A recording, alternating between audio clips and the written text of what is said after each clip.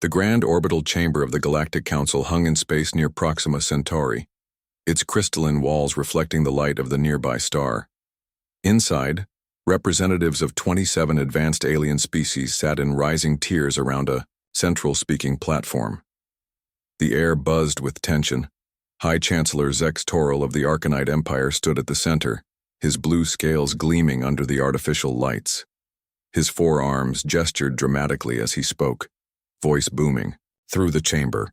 "For too long we have allowed the human infestation to spread unchecked," he shouted.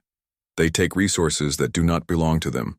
They contaminate established cultures with their primitive ideas. They refuse to follow our sacred laws."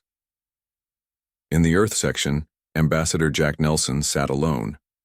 The middle-aged diplomat, with salt and pepper hair, looked bored. He checked his watch, then returned to tapping notes into his tablet.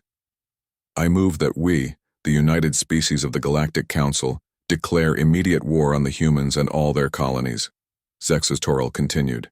"We must eliminate this threat before they upset the balance we have maintained for 10,000 years. One by one, the representatives stood to voice their support. The Volturians, with their gaseous bodies contained in special suits, glowed, bright red to show agreement. The insect-like Krath clicked their mandibles in approval. The silicon-based Petrova vibrated their crystal appendages in the traditional sign of war readiness. When all had spoken, the High Chancellor turned to Ambassador Nelson. "Does the human wish to make a statement before the vote?"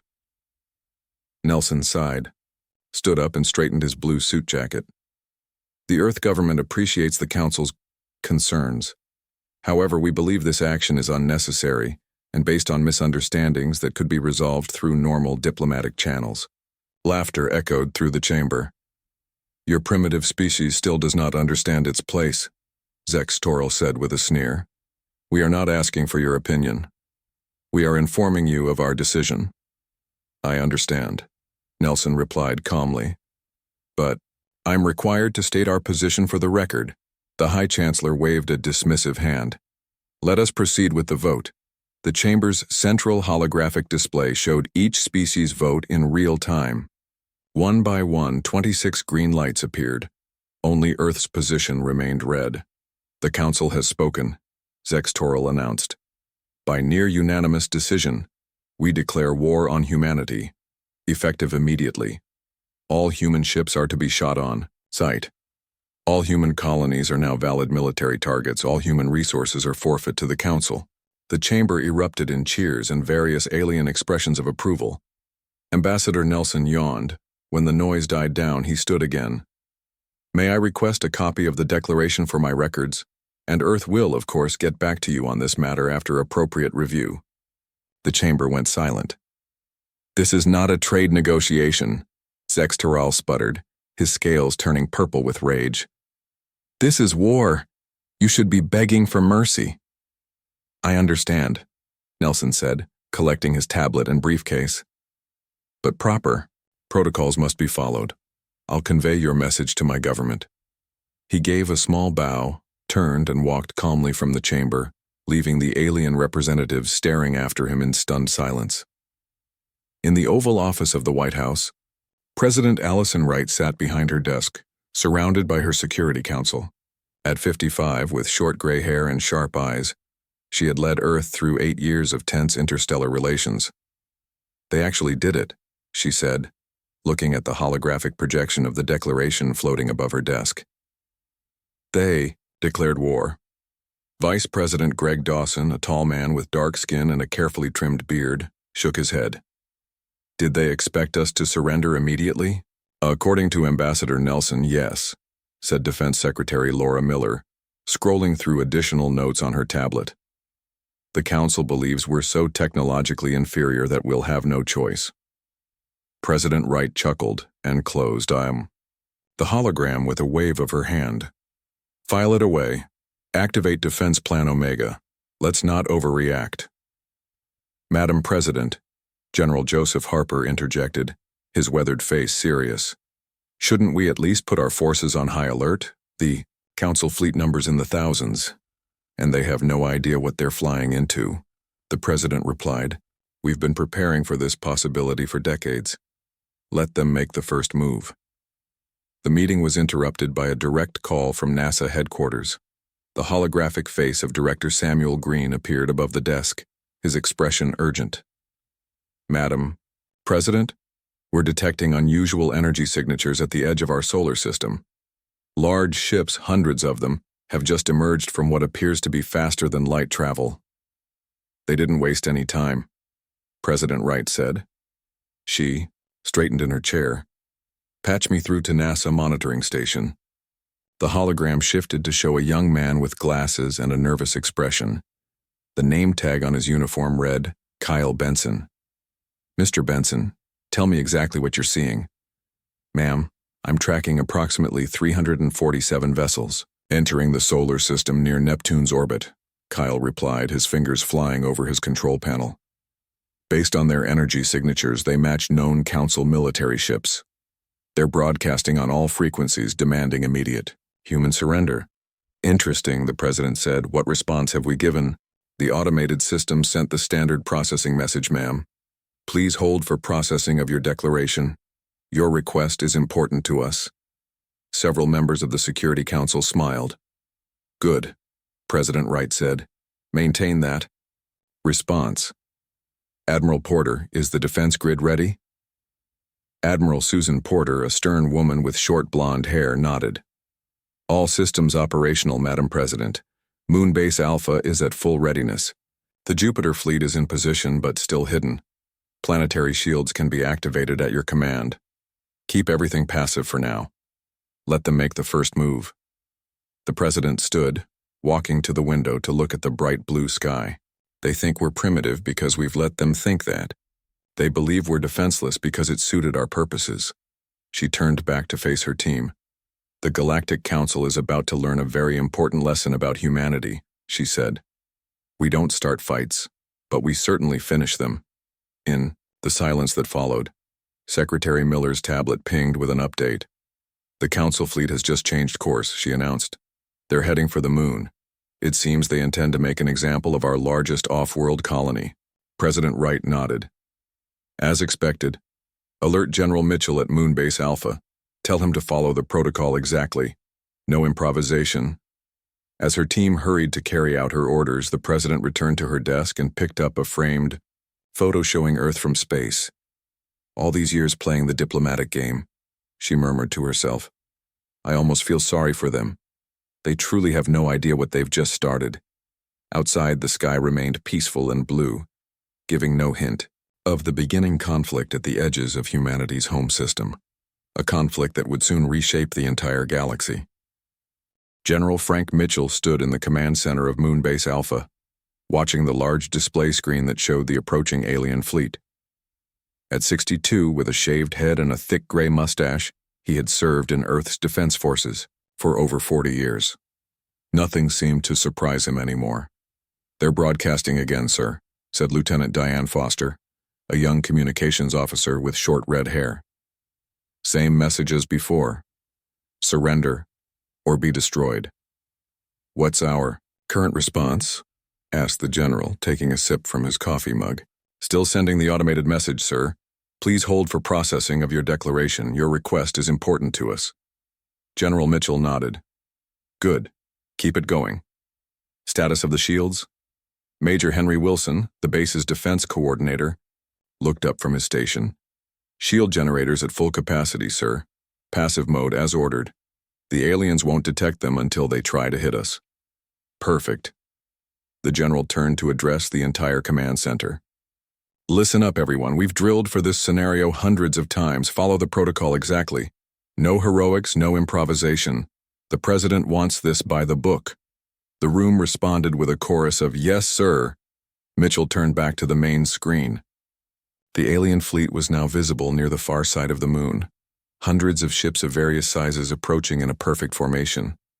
Their design was sleek and intimidating, with sharp angles and glowing weapon ports. "They certainly like to make an entrance," he muttered.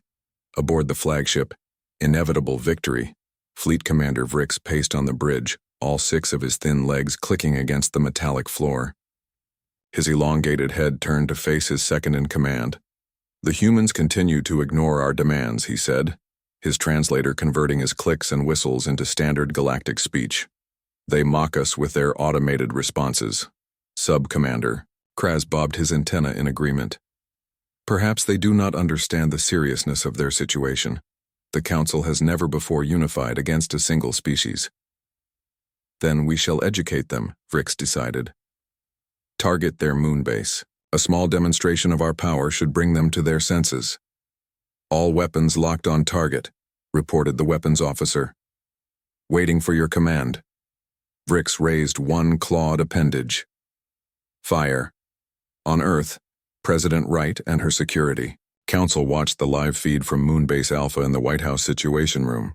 They're firing, announced Admiral Porter, her eyes fixed on the tactical display.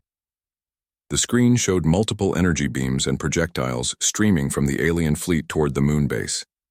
The barrage was impressive, lighting up the lunar sky with various colors of destructive force, and then nothing happened. The weapons hid an invisible barrier about a mile above the base, dissipating into harmless light shows. Not a single shot reached its target. Shields holding at 99.8%, reported Secretary Miller, reading from her tactical feed. No damage to any structures. President Wright smiled. General Mitchell, you may proceed with the response. In the Moon Base Command Center, General Mitchell received the President's order and nodded to Major Wilson. Launch the greeting. Launching greeting drone now, sir, Wilson replied, pressing a sequence of commands. From a hidden silo on the far side of the base, a small, unarmed drone shot upward toward the alien fleet.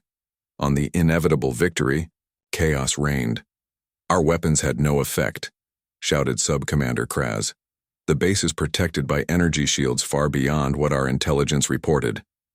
Impossible, Fleet Commander Vrix insisted. Humans are at least 50 cycles behind us in technology. They cannot have developed such defenses.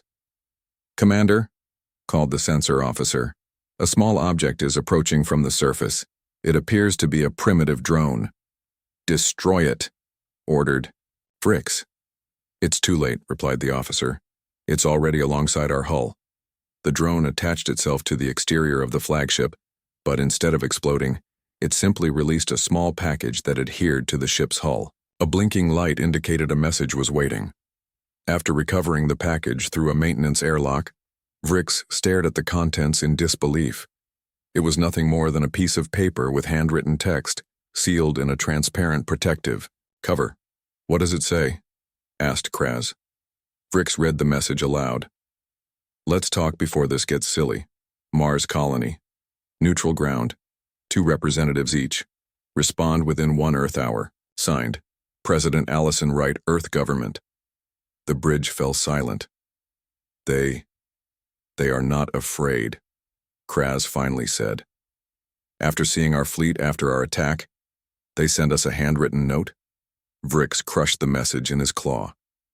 This is an outrage. They treat us like we are nothing. Sir, interrupted the sensor officer, I'm detecting unusual energy readings from Earth, the Moon, and several points in the solar system.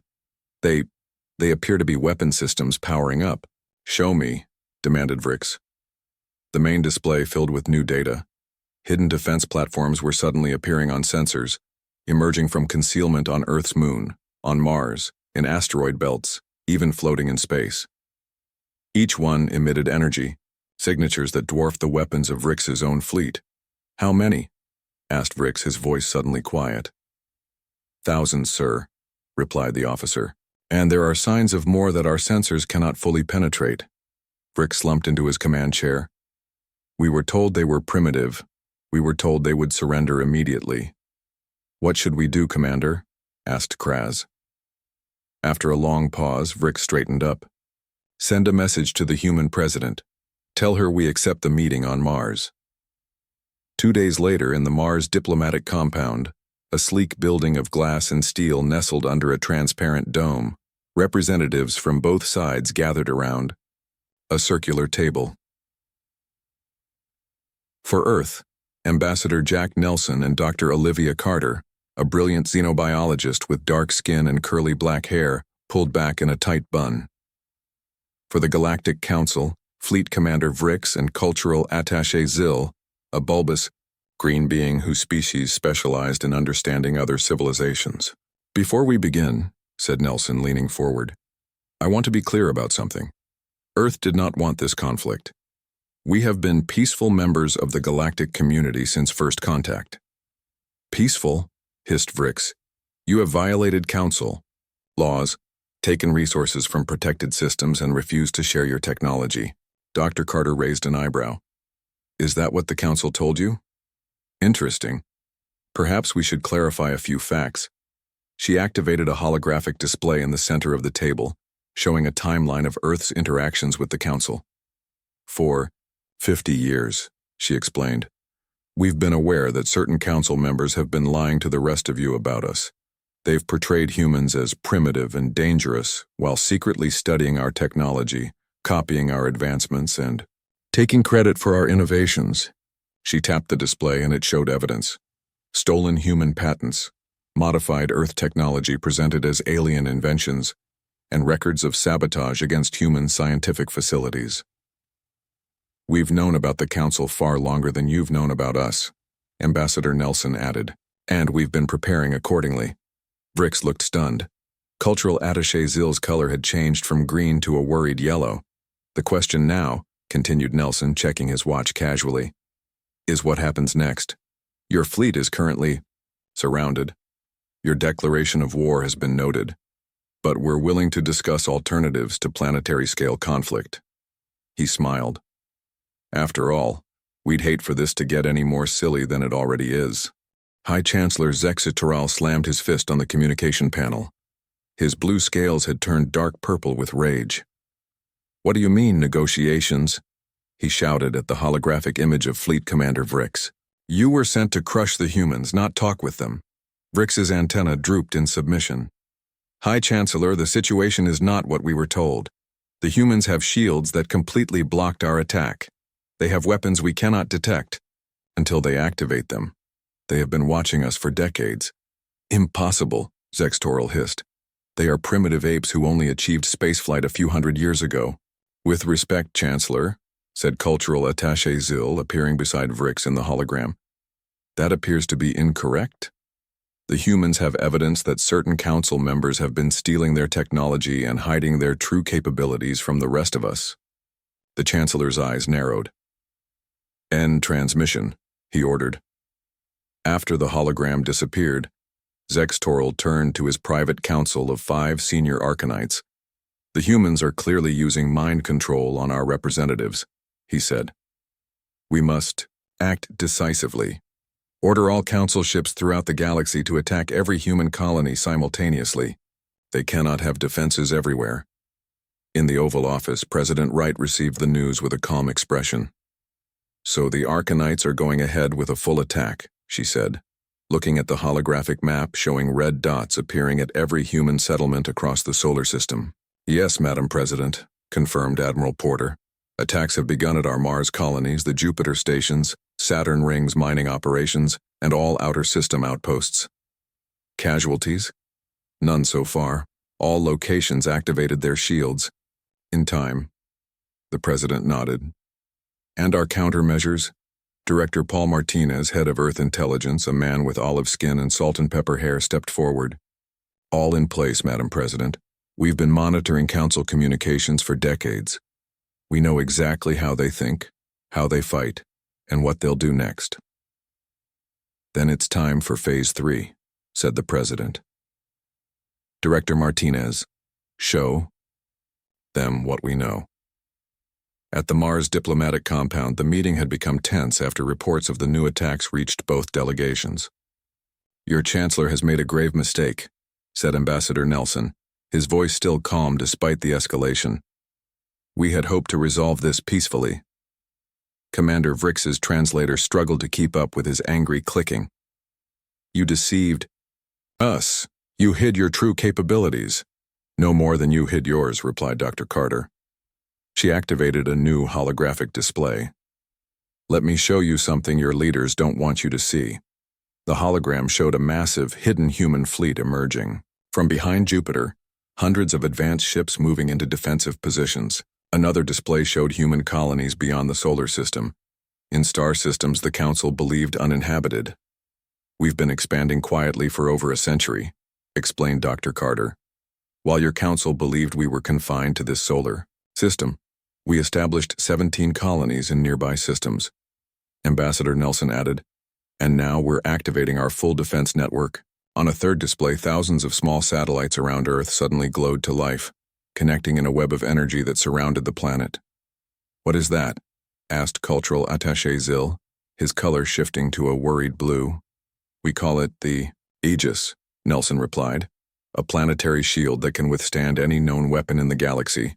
Commander Vrix stood up suddenly. This meeting is over.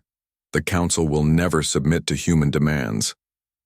We haven't made any demands yet, Nelson said with a smile. But we will soon. In the deep space between Earth and Jupiter, the hidden human fleet emerged fully from its concealment. At its center was the flagship Defiance, a sleek vessel twice the size of the largest Council warship. On its bridge, Commander Nicole Hayes watched as her tactical display showed the positions of all Council ships in the solar system. All vessels reporting ready, Commander, said her second-in-command, Lieutenant Roy Garcia. Excellent, Hayes replied. Begin Phase 3. Throughout the solar system, human ships activated special devices that sent targeted electromagnetic pulses toward Council vessels. These were not designed to destroy but to disable and infiltrate. On the Council flagship Inevitable Victory, panic spread as systems began shutting down one by one. What's happening? Demanded Fleet Commander Vrix, watching helplessly as his bridge controls went dark. The main screen activated on its own, showing the face of Director Paul Martinez. Greetings, Commander, Martinez said pleasantly. Don't worry, we haven't harmed your ships. We've simply borrowed them for a moment. What do you want? Asked Vrix. To show you something your leaders have hidden from you. All Council ships are receiving this transmission. The screen split to show documents, videos, and communications from the Council's secret archives. They revealed a shocking truth. Several senior Council species, led by the Arcanites, had been exploiting less advanced civilizations for centuries, stealing resources and technology while keeping them submissive through lies about galactic laws and traditions. The Council was created as a tool of control, not cooperation, Martinez explained, and humans were identified as a particular threat because we learn and adapt too quickly. Your leaders feared we would discover their deception. Cultural Attaché Zil stepped forward, his color now a deep blue of sorrow. Is this true? Have our leaders been lying to us? I'm afraid so, Martinez replied. But we're offering an alternative. Many lesser Council species are already contacting us, inspired by Earth's resistance. They want freedom from Arcanite control. This is treason, shouted Commander Vrix. The Council has stood for 10,000 years. Perhaps it's time for something new, said Martinez. Back in the Oval Office, President Wright received updates as several Council species began withdrawing from the war, declaring neutrality or even requesting human protection. Phase 3 is proceeding better than expected, Madam President, reported Admiral Porter. 7 species have already abandoned the Council's war declaration. And the Arcanites? Asked the President. Still defiant. High Chancellor Zex Toral is rallying his loyalists for a final stand. President Wright nodded thoughtfully. They still don't understand what they're facing, do they? No, ma'am. Intelligence suggests they believe we've shown our full capabilities. The President smiled. Then they're in for one more surprise. Tell Commander Hayes to prepare the Quantum Fleet for deployment. Secretary Miller looked up sharply. The Quantum Fleet? Are you sure that's necessary? It won't be used unless absolutely needed, President Wright assured her. But High Chancellor Zex Toral needs to understand that this war was over before it began. She turned to look out the window at the peaceful blue sky. For too long, humanity played the role assigned to us by the Council. We pretended to be less than we are, watching and learning. That ends today. High Chancellor Zex Toral stood in the Emergency Command Center deep beneath the Council chamber. Around him, the remaining loyal species worked frantically at control stations. Half of the Council members had already abandoned the war effort, either declaring neutrality or openly siding with the humans. The Empire has stood for 10,000 years, Zextoral said, his scales now a dark blue of determination. We will not fall to primitive apes who got lucky with stolen technology. His chief scientist, Rezinar, approached nervously. Chancellor, the final preparations for the Starfire weapon are complete. Excellent, Zextoral replied. The humans think they have won. They believe they have seen all our weapons. He turned to face his remaining allies. They are wrong. On the main screen, a massive space station hidden behind a nearby moon slowly opened to reveal a weapon the size of a small moon. It glowed with an eerie purple light. The Starfire can destroy an entire planet, Zextoral declared. We will target Earth first. Without their homeworld, the humans will lose their will to fight. Aboard the human flagship, Defiance, Commander, Hayes received an urgent message from Earth intelligence. Commander, our sensors have detected a massive energy buildup near Proxima Centauri, reported Director Martinez through the secure channel. It appears to be a planet-killer weapon. Target? Asked Hayes, already guessing the answer. Earth. They're aiming for our homeworld. Commander Hayes nodded grimly. Time to activation? Less than 2 hours. Understood. Deploying the quantum fleet now. In the Oval Office, President Wright convened an emergency meeting with her Security Council. The Arcanites are more desperate than we anticipated, she said, looking at the holographic display of the Starfire weapon. They're willing to destroy Earth rather than accept defeat. The quantum fleet is deploying, Madam President, Admiral, Porter reported. But they'll need 30 minutes to reach the target. We may not have 30 minutes, said Secretary Miller, looking at the latest data. The weapon is powering up faster than expected. President Wright took a deep breath. Then it's time for our final revelation. Contact Ambassador Nelson on Mars. Tell him to proceed with Protocol Omega. At the Mars diplomatic compound, Ambassador Nelson received the President's order. He turned to Commander Vrix and Cultural Attaché Zill, who were still present as representatives of the Fracturing Council. Your Chancellor has made a critical error, Nelson said calmly. He's activated a planet-killer weapon aimed at Earth. Commander, Vrix looked shocked. That's impossible. The Council banned such weapons millennia ago. Your Council has many secrets, Nelson replied. But so do we. He pressed a small device on his wrist, and suddenly the room was filled with a new holographic display showing Earth from orbit. The blue planet began to shimmer and then disappeared completely. What happened? Gasped Zill, his color shifting to pure white in shock. Nothing happened to Earth, explained Nelson. We simply moved it. Moved it? Moved a planet? Commander Vrix's translator struggled to keep up with his rapid clicks of disbelief. That's not possible. Quantum displacement, said Dr. Carter, who had been quiet until now. We developed it 20 years ago but kept it hidden. The Earth you've been seeing in your scanners for the past day has been a projection. The real Earth is elsewhere. In the hidden command center, Chancellor Zexitoral watched in horror as the Starfire weapon fired its deadly beam toward where Earth should be, only for the energy to pass through empty space. Where is it? He screamed. Where is the human planet? Before anyone could answer, new alarms blared. On every screen, small ships appeared out of nowhere, materializing directly alongside each remaining Council vessel. These ships were unlike any seen before, sleek and almost transparent, with a blue glow surrounding them. The Quantum Fleet, whispered one of his officers in terrified awe. Each Council ship, including those loyal to Zexitoral, suddenly powered down, their weapons and engines disabled by technology beyond their understanding. On the main screen, the face of President Allison Wright appeared. High Chancellor, she said calmly. Your war is over. 1 week later, representatives from over 50 species gathered in a new location, a massive space station called New Geneva, built by humans in orbit around a neutral star. The station was a marvel of architecture with sections adapted for every type of species and gravity preference. In the central chamber, President Wright stood at a podium, addressing the assembled delegates. For too long, the galaxy has been ruled by fear and deception, she said. The old council claimed to represent cooperation between species, but in reality, it was a tool of control and exploitation. She gestured to the massive windows showing the stars beyond. Today we propose a new way forward.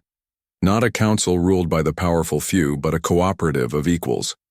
Each species, regardless of technological development, will have an equal voice. From his seat in the chamber, Ambassador Jack Nelson watched with quiet satisfaction. Beside him sat representatives from species that had been oppressed for centuries under council rule, now free to speak for themselves. Earth does not seek to rule, continued President Wright. We only wish to ensure that the mistakes of the past are not repeated. Our technology will be shared with all peaceful members of the Interstellar Cooperative. In the back of the chamber, under guard, sat former Chancellor Zexus Toril, his once bright scales now dull gray. His empire had collapsed in days once the truth was revealed to all member species. After the president's speech, Nelson was appointed Secretary General of the new Interstellar Cooperative. His first act was to establish a commission to help rehabilitate worlds that had been exploited under the old council. 6 months later, President Wright met with Secretary Nelson in the Oval Office. Earth had been returned to its proper location, though now protected by defenses visible to all as a reminder. The transition is going better than expected, Nelson reported. 47 species have fully joined the cooperative. Even some former Arcanite colonies are applying for membership. And the technology sharing program? Asked the president, proceeding carefully as planned. The resource replication technology developed by Dr. Megan Phillips has been particularly popular. With basic needs met, many of the old conflicts are already dying down. President Wright nodded with satisfaction. And what of our new frontier project? Nelson smiled. The Deep Space Observatory is complete. We've detected signals from the Andromeda galaxy that appear artificial. It seems we're not alone in the universe after all. New friends? Asked the president. Or new challenges? Perhaps both, Nelson replied. But whatever comes next, humanity will be ready. Outside the window, the sky was clear and blue. But, now visible even in daylight, were the faint outlines of ships from dozens of alien worlds. Come to Earth not as conquerors or enemies, but as allies and friends in a new galactic age. 2 years had passed since the formation of the Interstellar Cooperative. The New Geneva space station had grown into a thriving hub of interspecies activity. Ships from dozens of worlds came and went daily, bringing diplomats, scientists, traders, and explorers. Secretary General Jack Nelson walked through the main concourse, nodding politely to representatives of various species. At 63, his hair had gone completely white, but his steps remained purposeful and his mind sharp. Secretary Nelson, called a voice behind him. He turned to see Ambassador Liza Rivera, Earth's new representative to the cooperative. She was a tall woman with olive skin and dark hair pulled into a practical bun. Ambassador, he greeted her. How was your trip to the Krath homeworld? Productive, she replied, falling into step beside him. They've fully embraced the resource replication technology. Their food shortages are becoming a thing of the past. Nelson nodded with satisfaction. Good. And what about the former Arcanite colonies? Still struggling with the transition but making progress. Many of them have applied for full membership in the cooperative. They entered a private meeting room where several other human officials waited, including Dr. Olivia Carter and Major Henry Wilson, now promoted to colonel and serving as head of security for New Geneva. Let's begin, said Nelson, taking his seat. What's the status of the Andromeda signals? Dr. Carter activated a holographic display showing a spiral galaxy. We've confirmed they're artificial. The Deep Space Observatory has picked up repeated patterns that can't be natural. Someone in Andromeda is broadcasting. Can we translate the signals? Asked Ambassador Rivera. Not yet, replied Dr. Carter. But we've sent probes with our quantum displacement technology. They'll reach the outer edge of Andromeda within the next month. And the Frontier Project? Nelson inquired. Colonel Wilson tapped his tablet, changing the display to show a massive ship under construction in Earth orbit. The Pathfinder will be ready for its maiden voyage in 6 months. First intergalactic vessel in human history. In any known history, corrected Dr. Carter. None of our cooperative partners have attempted intergalactic travel. Nelson looked thoughtfully at the President Wright has approved the mission then? Yes, said Ambassador Rivera. She believes we need to be proactive. If there is intelligent life in Andromeda, we should establish contact on our terms. Their discussion was interrupted by an urgent message. The holographic face of Director E.L. Martinez appeared above the table. Secretary General, we have a situation. A ship just appeared in orbit around Jupiter. It doesn't match any known design in our database or the Council's. Nelson straightened in his chair. First contact? Possibly, Martinez replied. They're broadcasting on all frequencies but in no language we recognize. I'm on my way back to Earth, Nelson said. Inform President Wright and prepare the first contact protocols. 3 days later, in a specially designed meeting room at the Lunar Diplomatic Facility, humanity prepared to meet visitors from beyond their galaxy for the first time. President Allison Wright stood calmly, flanked by Secretary General Nelson, Dr. Carter, and a team of xenolinguists and diplomatic experts. The room was furnished with adjustable seating that could accommodate almost any body type, and atmospheric controls that could be modified for various breathing requirements. Remember, the President told her team, we represent not just Earth, but the entire cooperative now. The door opened and 3 beings entered. They walked on 2 legs but otherwise looked nothing like humans. Their bodies seemed to be made of a crystalline substance that shifted colors as they moved, flowing from blue to purple to green. They had no visible faces, just smooth, rounded surfaces at the top of their bodies that occasionally rippled with patterns of light. Welcome to the Sol system, said President Wright. We are honored by your visit. The tallest visitor moved forward.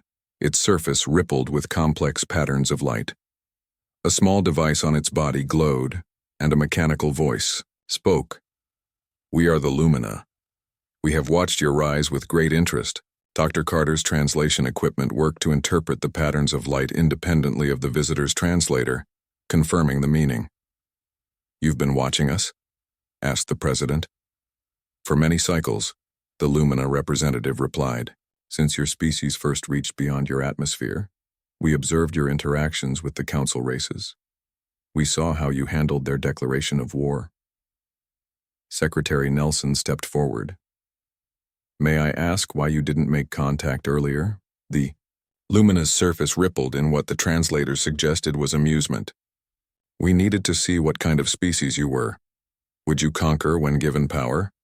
Would you seek revenge when wronged? Or would you build something new? And have we passed your test? Asked President Wright. You have shown wisdom unusual. For such a young species, the Lumina acknowledged. The interstellar cooperative you have built is promising. Are there others like you? Dr. Carter asked. Other advanced species watching from beyond our galaxy? The universe is vast and full of life, the Lumina responded. Some older than the stars themselves, some just beginning to look upward at the night sky. You stand at a crossroads. President Wright nodded slowly. And that's why you've come now. To guide us at this crossroads? To warn you, the Lumina corrected. The signals you detected from Andromeda are not from friends. They are from the Void Collective, an alliance of species that consume rather than create.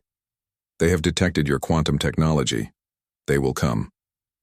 A heavy silence fell over the room. How much time do we have? Secretary Nelson finally asked. Perhaps 5 of your years, perhaps less. President Wright straightened her shoulders. Then we will be ready. The cooperative has brought together the knowledge and resources of 50 species. Together we will defend what we've built. The Lumina's surface glowed brighter. We had hoped you would say that. We do not interfere directly in the affairs of younger species, but we can offer knowledge, guidance. We would be grateful for any assistance, said the President. There is a reason we have watched your species with particular interest, the Lumina said. Of all the races we have observed across many galaxies, humans possess a unique combination of traits adaptability, creativity, and determination. You imagine possibilities others cannot see. Secretary Nelson smiled slightly.